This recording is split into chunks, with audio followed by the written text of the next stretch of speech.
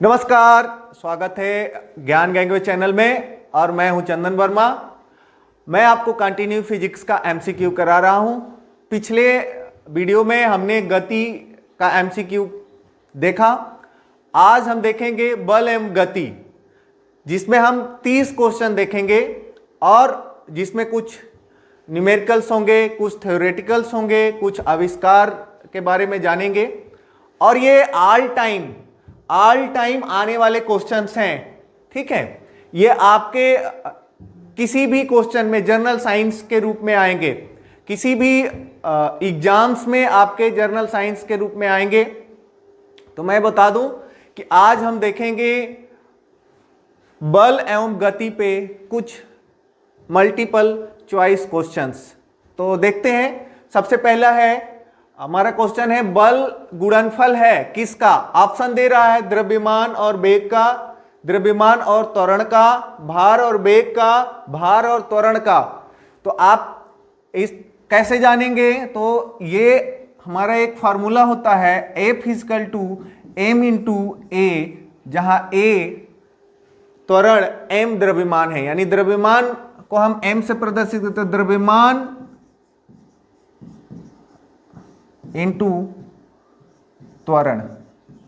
तो देख लेते हैं बल का इसमें क्या हो सकता है। तो द्रव्यमान और त्वरण कौन सा है? तो इसमें जो है ऑप्शन बी जो है करेक्ट आंसर है। अगला क्वेश्चन देखते हैं। क्रिकेट का खिलाड़ी तेजी से आती हुई बॉल को क्यों अपने हाथ को पीछे खींचकर पकड़ता है? इसका है क्रिकेट का खिलाड़ी तेजी से आती हुई बॉल को क्यों अपने हाथ को पीछे खींचकर पकड़ता है। जैसे आपने देखा होगा क्रिकेट खेलते हैं आप, बॉल जब रोकते हैं तो ऐसे कोई आता है तो ऐसे आप रोकते हैं। तो इसका रीजन क्या है देखेंगे। ऑप्शन है आपका बॉल विश्राम की स्थिति में आ सकती है, बॉल त्वरित स्थिति में रह सकती है, हो सकता है कि उसे कम बल लगाने की आवश्यकता हो सकता है कि उसे अधिक बल लगाने की आवश्यकता हो। तो इस स्थिति में जो है हमारा ऑप्शन नंबर ए सही है, बॉल विश्राम की स्थिति में आ सकती है। आप कुछ भी देखिए, कोई भी वस्तु को यदि हमें रोकना है, कोई तेजी से आता हुआ कोई गाड़ी है, उसको रोकना है तो हम ब्रेक लगाते हैं। जब ब्रेक लगाते, यदि एकाएक ब्रेक लगाएंगे तो गाड़ी उलट जाएगी। उसको धीरे धीरे ब्रेक को दबाते हैं, वो धीरे धीरे जाकर के रुकता है। तो वही कह रहा है कि बॉल भी जब ऐसे आएगा तो हम उसको पीछे की तरफ खींचेंगे, फिर उसी स्पीड से धीरे धीरे मतलब वो रुकता है, उतना ही दूरी हमारे हाथ का रहता है। तो इस स्थिति में जो है आंसर जो हमारा होगा ऑप्शन नंबर ए सही होगा और बॉल विश्राम की स्थिति में आ सकती है। अगला क्वेश्चन देखते हैं। अगला है अश्व यानी घोड़ा यदि एकाएक चलना प्रारंभ कर दे तो अश्वरोही की गिरने की आशंका का कारण है। क्या कारण है? ऑप्शन देख लेते हैं। जड़त्व गुण, द्रव्यमान का संरक्षण नियम, विश्राम जड़त्व, गति का तीसरा नियम। इस स्थिति में हमारा जो है न्यूटन्स फर्स्ट लॉ, जड़त्व का नियम लगता है। यानी कोई वस्तु विश्राम की स्थिति में है तो विश्राम की ही स्थिति में रहेगी जब तक कि उस पर कोई बल, बाह्य बल ना लगाया जाए, या कोई गतिमान वस्तु है तो गतिमान ही रहेगी जब तक कि उस पर कोई बाह्य बल ना लगाया जाए। तो इस स्थिति में क्या होता है कि घोड़ा जो है, घोड़ा गाड़ी खड़ी है, आप भी जो है एकाएक उस पे अश्वरोही बैठा हुआ है, घोड़े पे आप ही बैठे हुए हैं, मान लीजिए बैठे हुए हैं और एकाएक घोड़ा चलना चालू कर दे तो आप पीछे की तरफ झुक जाते हैं या गिरने की स्थिति में आ जाते हैं, क्योंकि एकाएक वो बाह्य बल लगा हुआ है, बाहर की तरफ मतलब आगे की तरफ बल लगा। तो इस स्थिति में क्या होगा? ऑप्शन हमारा दिया हुआ है जड़त्व गुण, द्रव्यमान का संरक्षण नियम, विश्राम जड़त्व, गति का तीसरा नियम। तो यहाँ पे जो है विश्राम जड़त्व ऑप्शन नंबर सी जो है करेक्ट होगा, याद रखेंगे। ऐसे आते हैं क्वेश्चन। रॉकेट ब्लैंक है, के सिद्धांत पर कार्य करता है। रॉकेट किस सिद्धांत पर कार्य करता है? ऊर्जा संरक्षण, बर्नौली प्रमेय, एवोगैड्रो परिकल्पना, संवेग संरक्षण।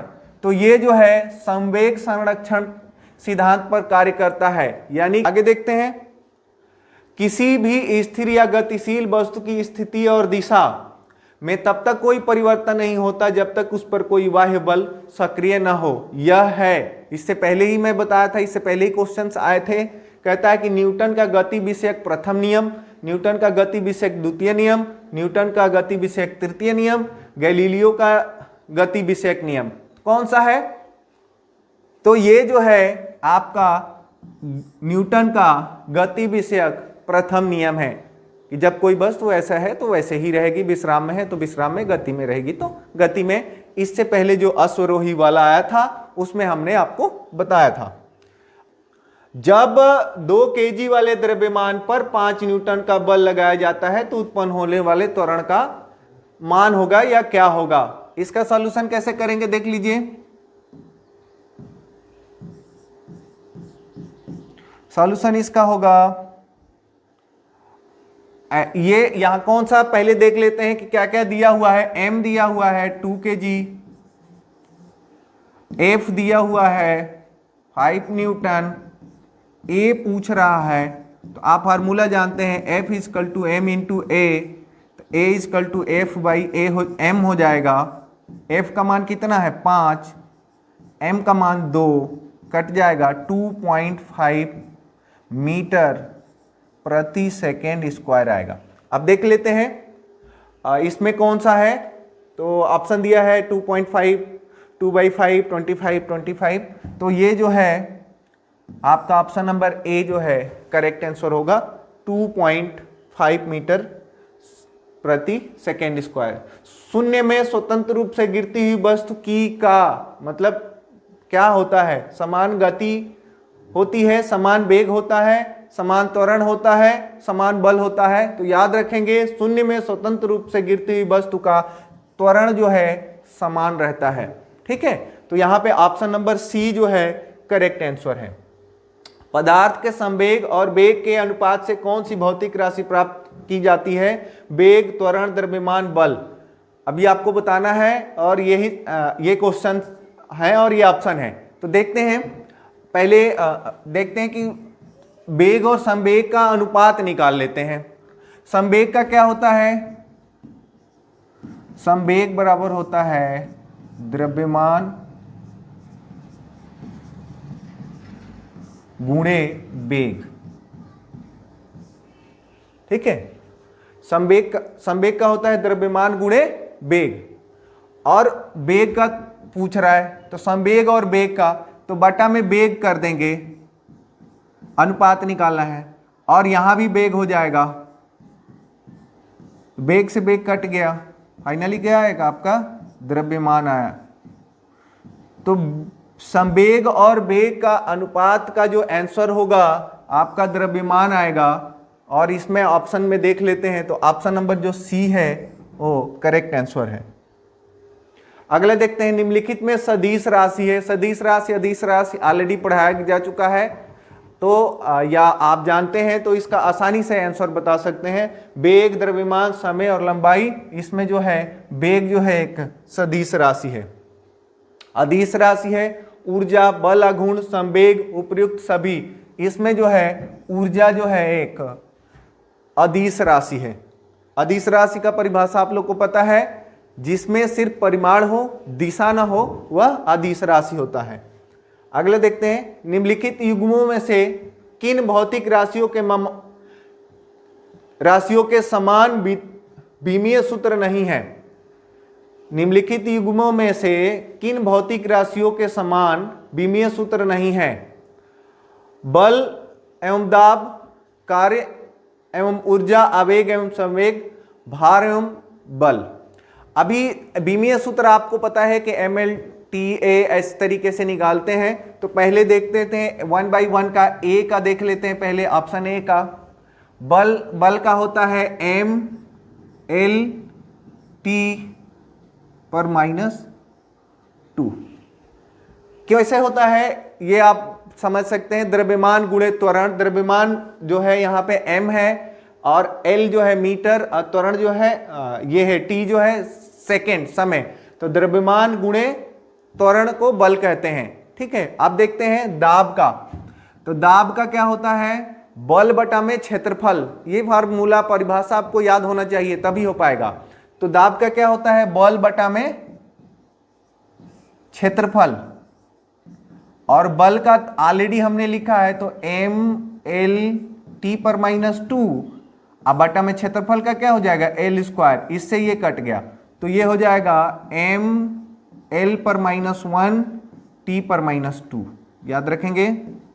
तो अभी ये क्या है, बल एवं दाब, तो बल एवं दाब, तो बल का ये है एम एल टी पर माइनस टू। अब बी का देख लेते हैं, कार्य एवं ऊर्जा। कार्य और ऊर्जा का जो है सेम होता है एम एल स्क्वायर टी पर माइनस टू, एवं एम ऊर्जा का भी सेम होता है एम एल स्क्वायर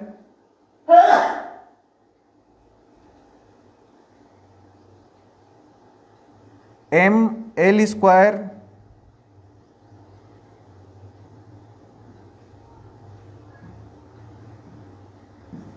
टी पर माइनस टू। आवेग एवं सवेग। आवेग का क्या होता है देख लीजिए सी। आवेग बराबर क्या होता है पहले समझिए, आवेग बराबर होता है बल गुणे समय, और संवेग का क्या होता है द्रव्यमान गुणे वेग। अब इनका बीमीय सूत्र निकाल लिया जाए। बल का ऊपर मैंने दिखाया है एम एल टी पर माइनस टू अगुणे समय का टी इक्वल टू द्रव्यमान का क्या होता है एम इंटू वेग का होता है एल टी पर माइनस वन। अब यहां से टी से टी एक कट जाएगा यानी घट जाएगा, तो ये हो जाएगा एम एल टी पर minus one equal to M L T पर माइनस वन। अब डी, डी देख लेते हैं। भार एवं बल, भार और बल का सेम होता है, जो बल का होता है वही भार का होता है। भार बराबर होता है एम इंटू जी, बल बराबर भी होता है एम इंटू जी। तो इनका जब बीमीय सूत्र निकालेंगे तो इसका निकलेगा एम एल टी पर minus two equal to M L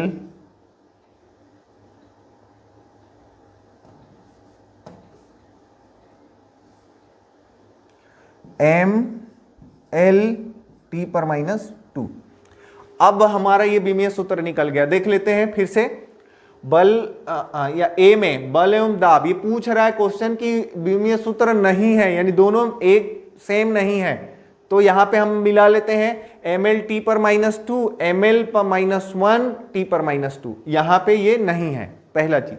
दूसरा एम एल स्क्वायर टी पर minus two M L square T पर माइनस टू, दोनों सेम है। इसमें देखते हैं एम एल टी पर minus one M L T पर माइनस वन। तीसरा है एम एल टी पर minus two M L T पर माइनस टू, यानी कि ऑप्शन नंबर ए जो है आपका करेक्ट आंसर है। बल और दाब का जो बीमीय सूत्र है वो समान नहीं है। ठीक है, बीमीय सूत्र आप पढ़े होंगे, आपको पता है। यंग प्रत्यास्थता गुणांक का एसआई मात्रक है। 9वां नंबर क्वेश्चन है, यंग प्रत्यास्थता गुणांक का एसआई मात्रक है। तो जो दाब का होता है वही यंग प्रत्यास्थता गुणांक का होता है। तो दाब का क्या होता है, दाब का मात्रक जो है ये भी यंग प्रत्यास्थता का मात्रक। ठीक है, तो अब देख लेते हैं दाब का मात्रक क्या होता है। बल बटा में क्षेत्रफल निकाल लेंगे, बल बटा में क्षेत्रफल, दाब बराबर होता है बल का होता है न्यूटन और क्षेत्रफल का क्या होता है मीटर स्क्वायर। तो आपका देख सकते हैं, अब इसमें देख लेते हैं कि newton metre square dyne oblique centi, newton oblique metre, newton oblique metre square oblique second. तो जो है सी न्यूटन अब्लिक या का है या न्यूटन प्रति मीटर स्क्वायर, जो है आपका सी है, आंसर करेक्ट है।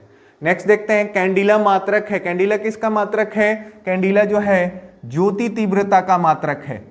ये ज्योति तीव्रता का मात्रक है, याद रखेंगे। दाब का मात्रक है, अभी बताया था दाब का मात्रक जो है न्यूटन प्रति मीटर स्क्वायर, या फिर उसको हम पास्कल भी बोलते हैं, उसको पास्कल नामक वैज्ञानिक ने खोज किया था। ठीक है, तो ऑप्शन नंबर ए जो है करेक्ट आंसर है। अगला देखते हैं, ल्यूमेन किसका मात्रक है? ज्योति तीव्रता का, ज्योति फ्लक्स का, उपयुक्त दोनों का उपयुक्त में से कोई नहीं, तो ज्योति फ्लक्स जो है, ज्योति फ्लक्स का मात्रक है ल्यूमेन, याद रखेंगे। निम्नलिखित में से कौन सा सुमेलित नहीं है? देखते हैं, डेसिबल ध्वनि की प्रबलता की इकाई, अश्वशक्ति शक्ति की इकाई, समुद्री मील दूरी की इकाई, सेल्सियस उष्मा की इकाई, इसमें से कौन जो है करेक्ट नहीं है? तो देखते हैं, डेसिबल जो है ध्वनि की प्रबलता होती है, ध्वनि का हम जो माप करते हैं कितने डेसिबल से आवाज आ रही है। ठीक है, अश्वशक्ति शक्ति का इकाई है, आपने पढ़ा होगा 1 HP = 746 वाट, 746 वाट।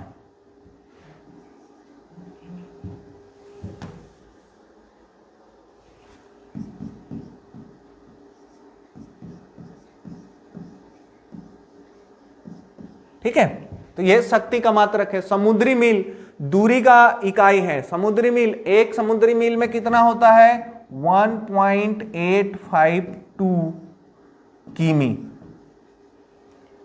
और किमी किसका है? दूरी का मात्रक है, तो समुद्री मील जो है दूरी का इकाई। सेल्सियस किस उष्मा की इकाई है? अब ये देखते हैं, ये तीनों तो मिल गया, ये करेक्ट है, ये करेक्ट है, ये करेक्ट है। अब तीसरा लास्ट देखते हैं, सेल्सियस किसका है? सेल्सियस जो है आपका ताप का इकाई है। सेल्सियस क्या है? ताप का इकाई है। उष्मा का जूल होता है, हम लोग जूल में पता करते हैं उष्मा, और जो है सेल्सियस कितना सेल्सियस या कितना डिग्री या कितना फ़ारेनहाइट, ये सब जो है ताप का जो है मात्रक या इकाई है। तो ये देखते हैं, ताप का तो यहाँ हमारे जो युग्मक कौन सा हमारा सुमेलित नहीं है? जो है डी नंबर, जो है ऑप्शन डी जो है करेक्ट आंसर है। जो सुमेलित नहीं है उसका रीजन ये है कि ये सारे बराबर है। ध्वनि डेसिबल ध्वनि की इकाई है, अश्वशक्ति शक्ति की इकाई है, समुद्री मील दूरी की इकाई है, सेल्सियस जो है उष्मा की इकाई नहीं है। सेल्सियस किसका है? ताप का इकाई है। सेल्सियस जो है ताप का इकाई है। तो ऑप्शन नंबर डी जो आपका करेक्ट आंसर है। नेक्स्ट क्वेश्चन देखते हैं, पारसेक इकाई है। पारसेक किसका इकाई है? दूरी का, समय का, प्रकाश की चमक का, चुंबकीय बल का। तो ये दूरी का है। एक पारसेक में कितना होता है? 3.46 प्रकाश वर्ष। और प्रकाश वर्ष किसका दूरी है, किसका इकाई है? तो दूरी का जो है प्रकाश। और एक साल में जो है, एक साल में जितना दूर प्रकाश दूरी तय करता है उस दूरी को हम प्रकाश वर्ष दूरी कहते हैं। और जो है ये नहीं, ये होता है 3.26 होता है। और एक प्रकाश वर्ष में कितना होता है?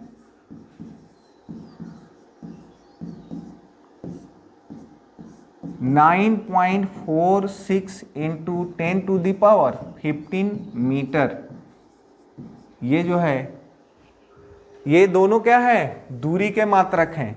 ये दोनों क्या है? दूरी के इकाई हैं, इकाई है। तो पारसेक किसकी इकाई है? दूरी का। ऑप्शन नंबर जो है ए जो है करेक्ट आंसर है। अगला क्वेश्चन देखते हैं, निम्नलिखित में से समय का मात्रक नहीं है। अधिवर्ष, चंद्रवर्ष, माह, प्रकाश वर्ष, इनमें से कोई नहीं। इससे पहले ही मैंने बताया था कि प्रकाश वर्ष किसका मात्रक है? दूरी का। तो प्रकाश वर्ष दूरी का मात्रक है, इसलिए ऑप्शन नंबर जो सी है करेक्ट आंसर होगा। यह समय का मात्रक नहीं है। समय का मात्रक अधिवर्ष या आधा वर्ष, चंद्रमा का जो ये देखते हैं ये जो है समय का है, और इनमें से कोई नहीं। तो प्रकाश वर्ष जो है दूरी का मात्रक है। अगला क्वेश्चन देखते हैं, एम्पियर मात्रक है। एम्पियर किसका मात्रक है? एम्पियर विद्युत धारा का मात्रक है, याद रखेंगे। अगला क्वेश्चन देखते हैं,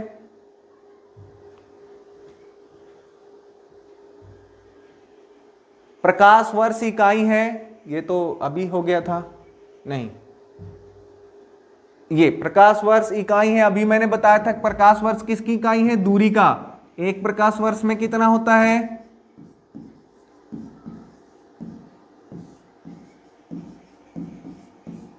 9.46 इंटू 10⁻15 मीटर, ठीक है। इतने जो है, तो एक साल में जो प्रकाश जितना दूरी तय करता है वो कितना दूरी है? 9.46 इंटू 10⁻15 मीटर दूरी तय करता है। और प्रकाश वर्ष किसका इकाई है? तो दूरी का इकाई है, ठीक है। अगला देखते हैं, कार्य का मात्रक है। कार्य का मात्रक क्या है? याद रखेंगे, जूल। कार्य का मात्रक क्या है? जूल है। अगला क्वेश्चन देखेंगे, 21 नंबर हो गया, 22। लॉ ऑफ फ्लोटिंग सिद्धांत की खोज किसने की थी? तो आपको पता है, यदि आप ऐप से जुड़े हुए हैं तो ऐप में आपका प्लवन पढ़ाया गया है, प्लवन में बताया गया है। तो लॉ ऑफ फ्लोटिंग का सिद्धांत किसने दिया था? न्यूटन ने, राइट ब्रदर्स ने, गैलीलियो ने, आर्किमिडीज ने, यानी ABCD है। तो आपका डी ऑप्शन करेक्ट है। आर्किमिडीज ने लॉ ऑफ फ्लोटेशन का जो है सिद्धांत दिया था। आर्किमिडीज का सिद्धांत भी एक है जिसमें भार और ये बताया गया है, या फिर तैरने का तरीका, प्लवन का भी नियम बताया गया है जो आर्किमिडीज ने देखा, ठीक है। अगला क्वेश्चन देखते हैं, अगला है 23। तड़ित चालक के आविष्कारक हैं। तड़ित चालक के आविष्कारक हैं Graham Bell, Lord Lister, Benjamin Franklin, Einstein. तो यहाँ पे 4 ऑप्शन है और पहले समझेंगे तड़ित चालक क्या होता है। तड़ित चालक जो है एक राड होता है, एक राड होता है, ये जो है तड़ित चालक। ये क्या करता है? जो बिजली गिरती है, बिजली गिरती है, यानी आकाशीय बिजली कह सकते हैं, आकाशीय बिजली जब गिरती है तो ये क्या करता है? ये यहाँ पे आपने देखा होगा घरों पे एक छड़ लगाया जाता है, छड़ नुमा रहता है, छड़ लगाते हैं और वहां पे जब बिजली गिरती है वहां से वो सो करके सीधे वो धरती में, उसके करंट को सीधे वो धरती में लेके चला जाता है। तो इस तरीके से तड़ित चालक एक राड नुमा होता है और जिसका खोज बेंजामिन फ्रैंकलिन ने किया था। जिसका खोज किसने किया था? बेंजामिन फ्रैंकलिन ने किया था। अगला क्वेश्चन देखते हैं, रिकॉर्ड करने और रिकॉर्ड की हुई डिक्टेशन को पुनः रिप्रोड्यूस करने के लिए प्रयुक्त उपकरण को कहा जाता है। वो है ऑडियोफोन, ये डिक्टाफोन है, डिक्टाफोन, ग्रामोफोन, माइक्रोफोन। तो ये जो है डिक्टाफोन है, डिक्टाफोन से जो है रिकॉर्ड करने और रिकॉर्ड हुई आवाज को फिर से रिप्रोड्यूस करने का जो है काम जो है डिक्टाफोन करता है। अब देखते हैं ऑडियोफोन क्या होता है। इससे हम लोग जो है ऑडियो सुनते हैं। ये जो है ग्रामोफोन आपने देखा होगा, म्यूजिक सुनने के लिए हम लोग यूज करते हैं। और ये जो है माइक्रोफोन जो है माइक होता है, जो आप बोलते हैं ना कि मुझे माइक्रोफोन पकड़ा दीजिए, माइक्रोफोन पकड़ा दीजिए, मैं कुछ बोलूंगा वो फिर वहां से ये करता है, जिसमें हम लोग बोलते हैं और ध्वनि बाहर जाके किसी साउंड बॉक्स से या हॉर्न से निकलता है। तो इस तरीके से हम क्या कह सकते हैं। और डिक्टाफोन क्या करता है? ये कह सकते हैं कि एक ये रिकॉर्डर है जो आपके आवाज को रिकॉर्ड करता है और रिकॉर्ड करने के बाद उसको हम फिर से रिप्रोड्यूस, दोबारा हम उसको सुन सकते हैं। आपने देखा होगा, या बहुत सारी चीजें हैं। तो ये डिक्टाफोन काम करता है, ठीक है। अगला क्वेश्चन देखते हैं।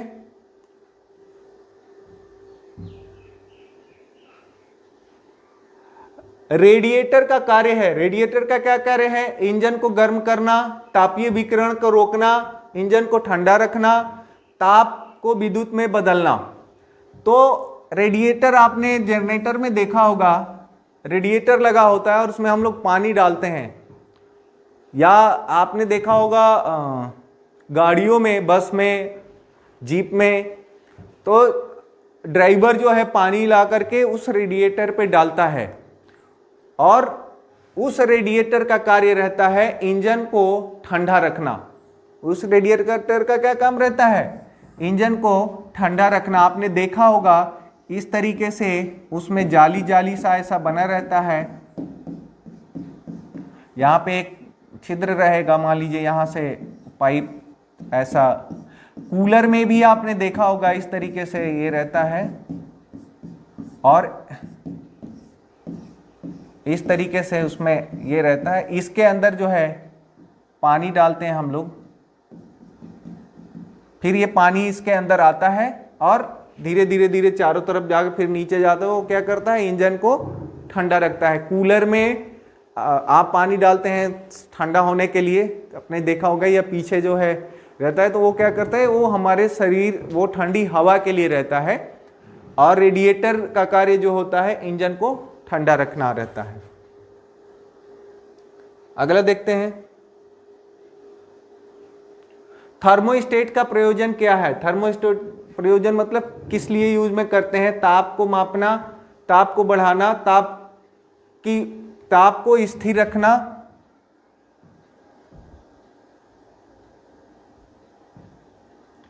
ताप को स्थिर रखना, ठीक है, या फिर आप बताइए क्या रहता है। और नेक्स्ट है ताप को विद्युत में बदलना। तो इसका काम है ताप को स्थिर रखना। थर्मोस्टेट का काम क्या है? ताप को स्थिर रखना। अगला क्वेश्चन देखते हैं 27। वह उपकरण कौन सा है जिसमें समुद्रों की गहराई को मापने के लिए ध्वनि तरंग का प्रयोग किया जाता है?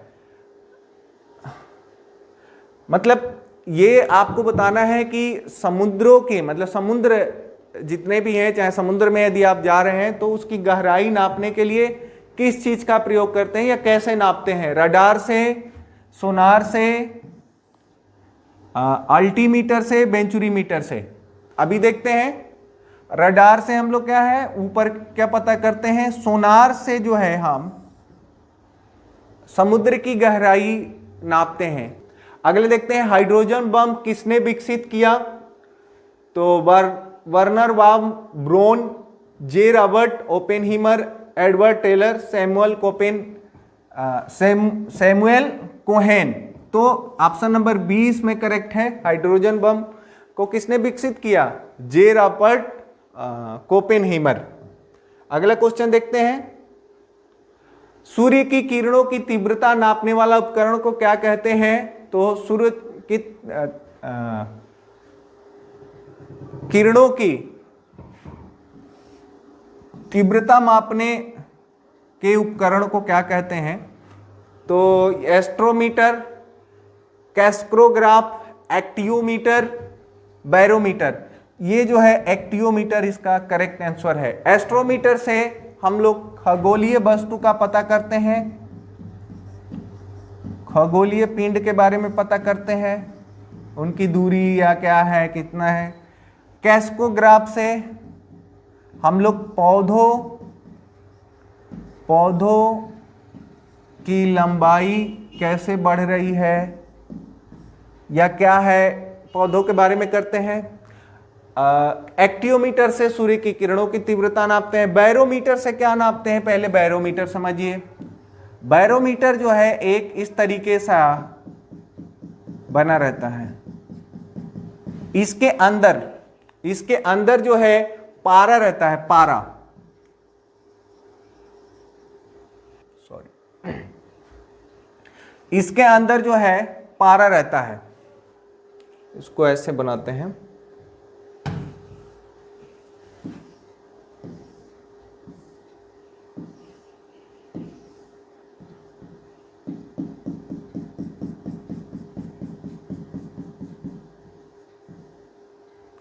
ठीक है। मान लीजिए ये पारा सबसे नीचे है, ये जो है बैरोमीटर है।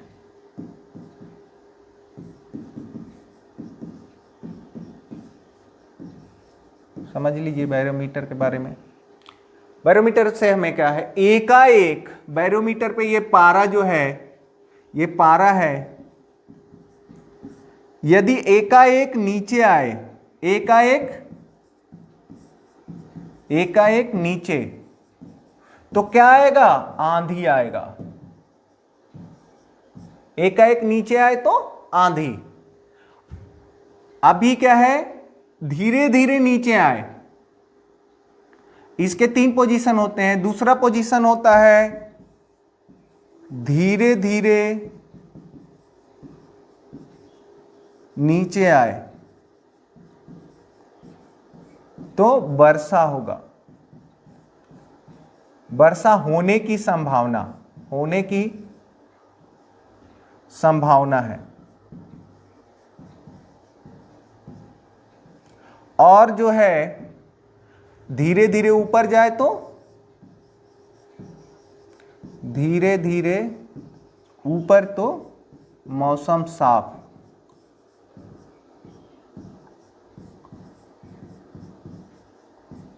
बैरोमीटर क्या होता है, वह एक वायु दाब मापी भी बोलते हैं इसको, वायु दाब मापी रहता है। इससे हमें पता चलता है बैरोमीटर में पारा रहता है, पारा यदि एकाएक नीचे गिर गया तो आंधी आने की संभावना।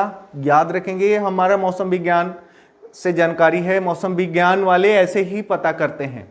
तो अभी आपको बता दिया जाता है कि 4-5 दिन में भैया या इतने देर में बारिश होने वाली है, इतने देर में आपका तूफान आने वाला है, और वो तूफान फिर आगे की तरफ बढ़ता है। तो देखते हैं, कह रहा है कि यदि एकाएक नीचे आए तो आंधी आने की संभावना, धीरे धीरे नीचे आए तो बारिश होने की संभावना, और धीरे धीरे ऊपर जाए तो मौसम साफ होने की संभावना। ये बैरोमीटर से हम लोग पता करते हैं। अगला क्वेश्चन देखते हैं।